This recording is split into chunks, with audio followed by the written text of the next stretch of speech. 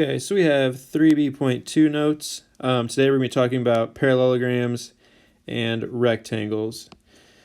I'm going to go over these. You may want to pause it if you don't write them in the time I'm done talking about them. So each have 5 properties, pretty similar, and nothing real different besides maybe the diagonal rules. So starting with parallelograms, opposite sides are parallel. So again, nothing new. And then you need to mark them. We're going to mark them on the picture. So you put an arrow there, and an arrow there. And then to mark the other side, you use a double arrow. So opposite sides are congruent. So you put your dash there, and then put your double dash there. Alternate angles are congruent. So I didn't say opposite because sometimes kids will think that opposite means just the other side, but it means the complete opposite. So D is congruent to B, C is congruent to A. And again, that's not really too much new than what we already knew. Consecutive angles are supplementary, meaning that here, let's write it with this. So meaning that D plus C equals 180. Again, the part that might be new is that the diagonals bisect each other. Remember, bisect is cut in half, so meaning that this side is equal to this side is equal to that side. Okay, rectangles, some similar stuff. So opposite sides are parallel. So put your arrows there, double arrow there. Opposite sides are congruent. So similar to the last one, dash, dash, double dash, double dash. It doesn't matter where the dashes go on the line in comparison to the arrows. I would just make them together. Don't have them don't have the lines straddle the arrows with one on each side. Just put them together. It makes it easier to find them. All angles are congruent.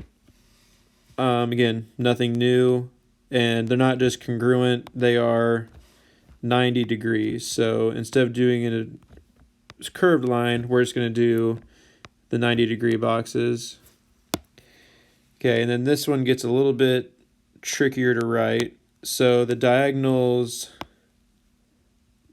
bisect each other, but the diagonals themselves are congruent. On the bottom, I'll show you how to write both of those. But so DB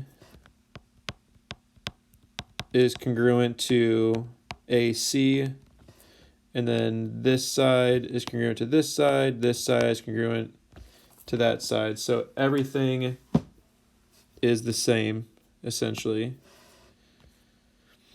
Okay, so then they're going to have you mark them on a basic shape. So this is everything we marked at the top, except on the test, it's just going to give you a normal square, but you mark it as if it were a parallelogram. So this has 5 things you need to mark, everything we marked on the top picture. So I like to start with the same order. So parallel, parallel, parallel, parallel. Okay, then congruent. So congruent, congruent, congruent, congruent.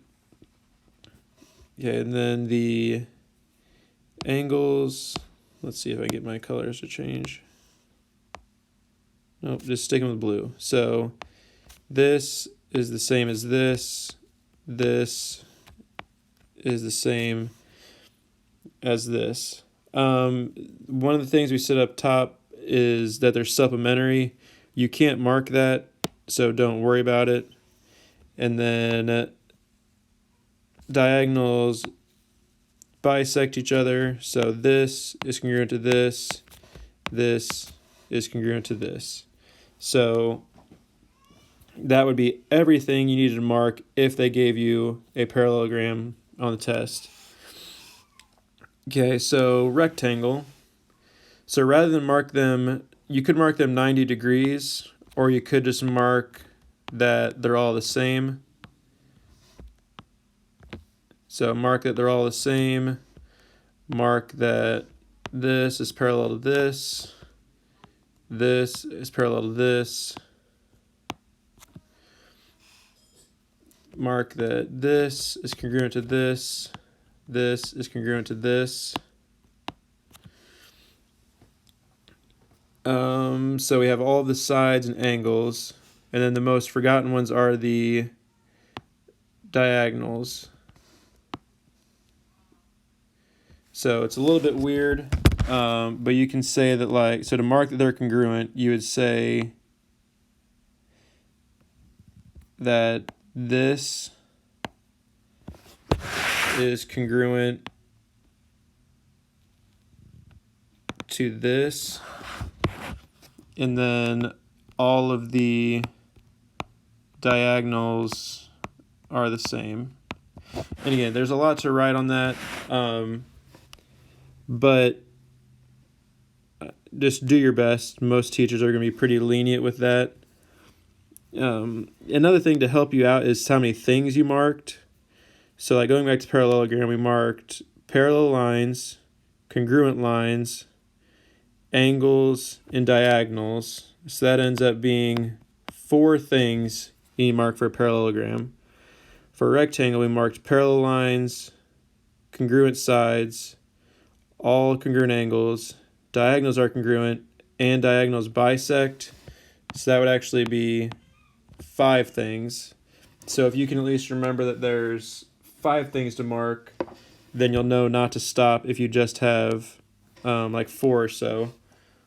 So keeping that in mind may help you out whenever it comes to labeling these.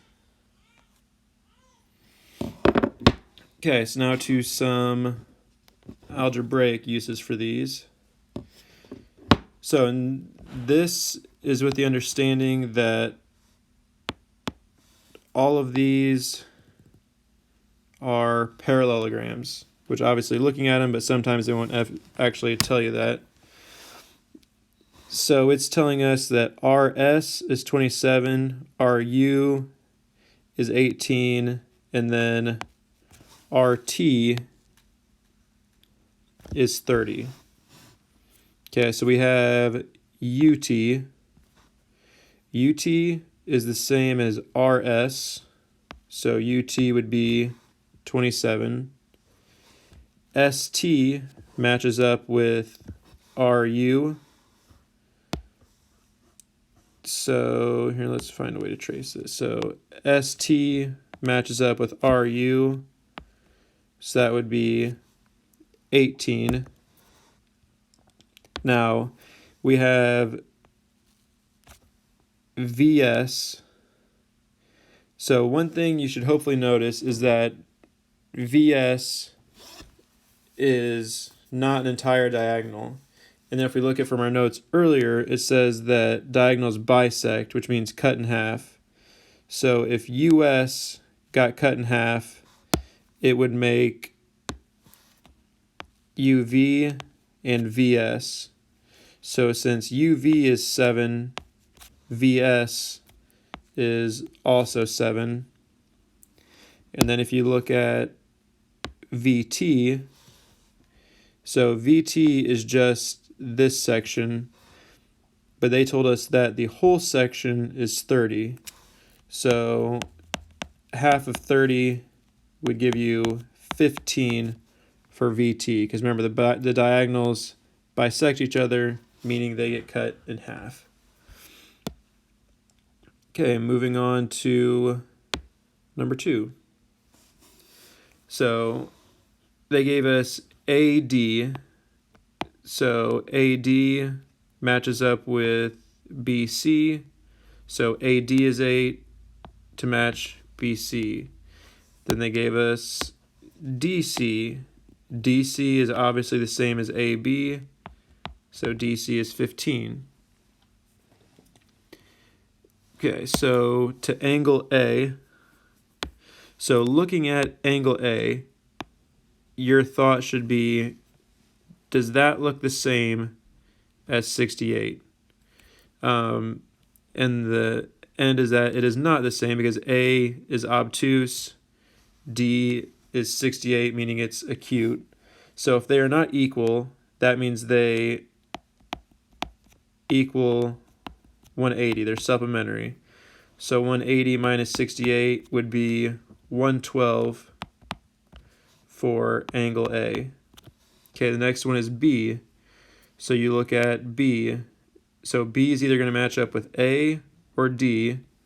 Like we said earlier, the alternate angles are congruent. So B is the same as D. So B is 68.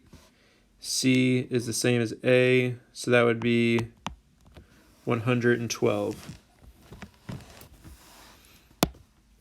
Yeah, so far, hopefully not too bad. We'll try out purple for this one. So they want you to find B for this. Now, they don't give you anything for B. So you need to look at A and C and figure out how they're related. Remember, your options are congruent or they're going to add up to 180. In this case, A and C are the same. If they're the same, they equal each other. So we're going to set them equal to one another. Okay, combine like terms, so we would subtract 4x to get rid of that. We would add 15, and then add 15 there to get rid of that. So 2x equals 26, so x is 13. They don't want x, so we're not going to celebrate too soon. So we're going to plug in 13 for A. So 6 times 13 minus 15 gives us 63. But again, they don't want A either. They want B. A and B are different, so you subtract to find B. So 180 minus 63 would give us 117 degrees for B. And you can also check yourself by looking at B is an obtuse angle, so the fact that it's 117 makes sense. Okay, so to number 4. So on these, I would start with not even focusing on that they want R. Just look at the picture, see how they're related. So you have P and Q. Your thought should be, are those congruent or are they supplementary? These, hopefully we realize, are not the same angle, meaning that they have to add up to 180. So 3x plus 5 plus 8x minus 12 equals 180.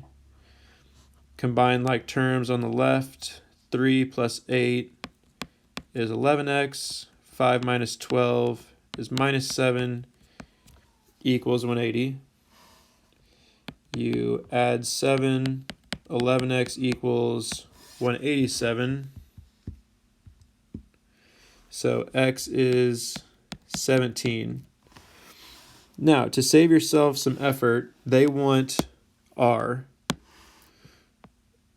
But P, either P or Q, is the same as R. If you choose the wrong one, you're just wasting your time and finding an answer that's not helpful. So the angle that's the same as R is P. So you plug 17 in there. 3 times 17 plus 5 would give you 56. And then you just need to know that those two are congruent. So R would also be 56.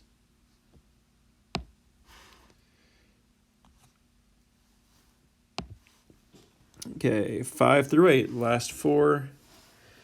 So again, these are the understanding that they are all rectangles. So starting number 5. I think these ones are easier than the other ones, so hopefully you do as well. QR, matches up with what? It matches up with PS, so QR is 10. SR matches up with what? Well, that matches up with PQ, so SR is also 24. Now, throwing it a little bit back, they want us to find SQ, but there's no numbers for SQ. There's no numbers for any of the diagonals. So you need to make this triangle. And hopefully as I draw that, you realize it's a right triangle. So going back to Pythagorean theorem, 10 squared plus 24 squared equals c squared. So 100 plus 576 equals c squared. So you add those, so you get 676 equals c squared. And the square root of that to solve it would give you 26 for SQ. So it is a little bit more work. On the bright side for these problems, you're only going to have to do that once, because now we know the diagonal, so we can use it and not have to figure it out. So now they want PR. So you have PR. You should know that SQ is the same as PR, so you don't need to redo it because it has the same numbers. So if SQ is 26, PR is 26.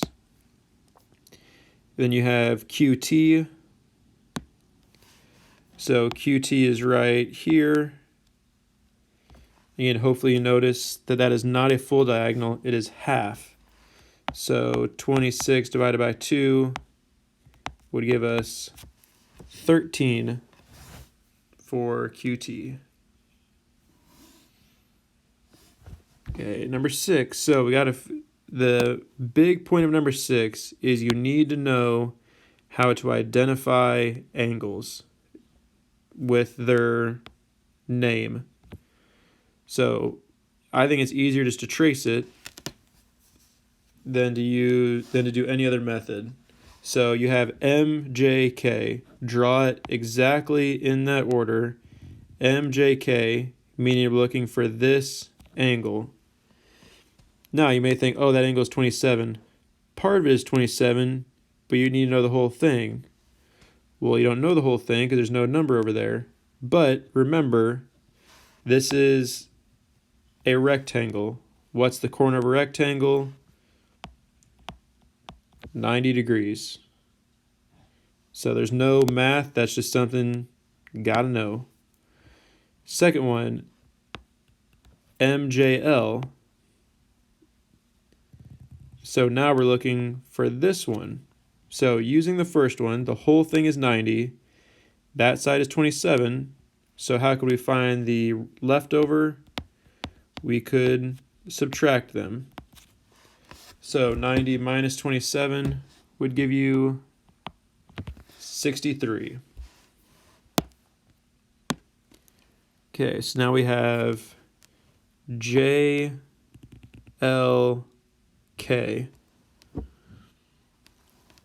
So now it's down to a 50-50 shot. It's either 27 or 63. So you remember which relationship goes where. So this goes back to alternate interior. So if that is 27, that is 27. If this is 63, this is 63. So JLK would be also 63.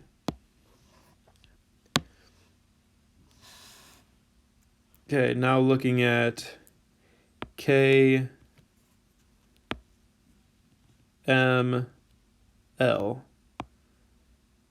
So we're looking at this guy now. Now this one could be a little bit trickier, but you should notice that these two lines are the same. So if I drew this perfect, not perfect, well, it is perfect, but this purple triangle, that would be an isosceles triangle. So if I just redrew that down here to better show you, if this is 27 and these sides are the same, that means this side would also be 27 for KML. Okay, now for the top of that, MNL, which is right here, is the top of this triangle. Hopefully remember that all triangles add up to 180. So 180 minus 27 minus 27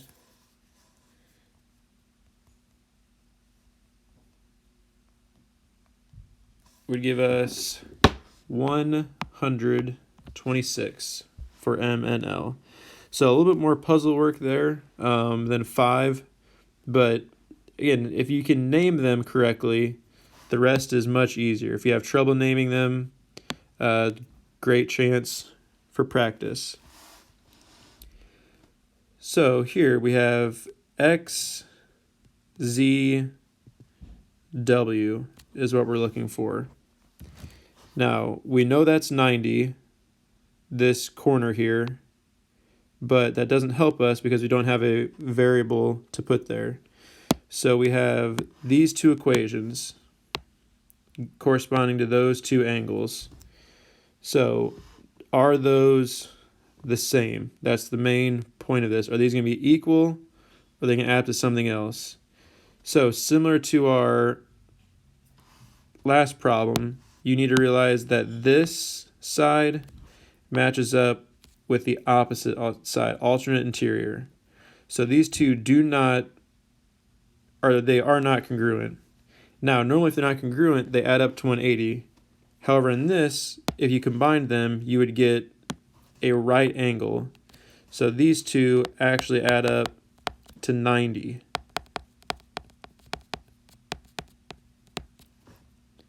So you combine like terms, 6x plus 12 equals 90. Subtract 12, 6x equals 78.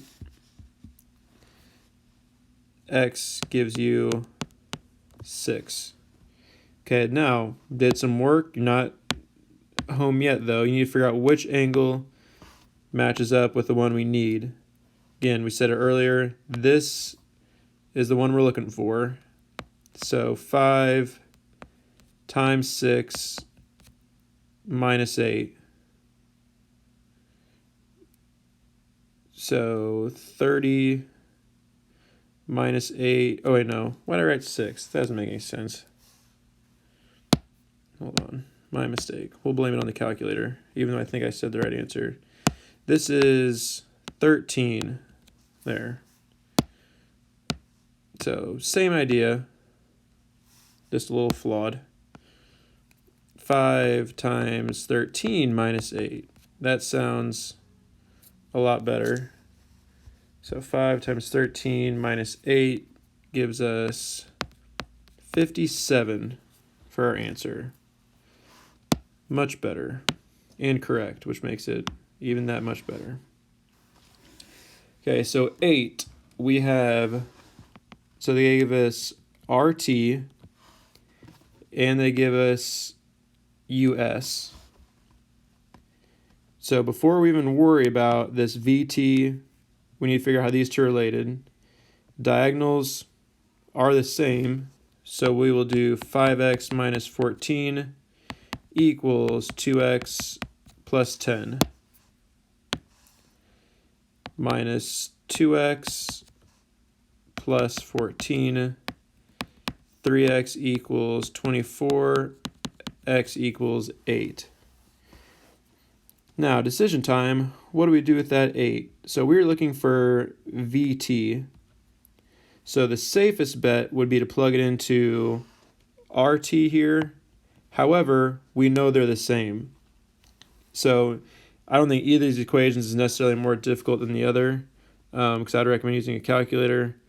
But if you plug in 8 to RT, it'd be 5 times 8 minus 14 should give us 26. If we plugged into US, it'd be 2 times 8 plus 10, which would also give us 26. So either one you'd use is okay. The main thing to know is that VT is half of what we're looking for. So 26 is not the answer. We need to divide that by 2 to give us a final answer of 13.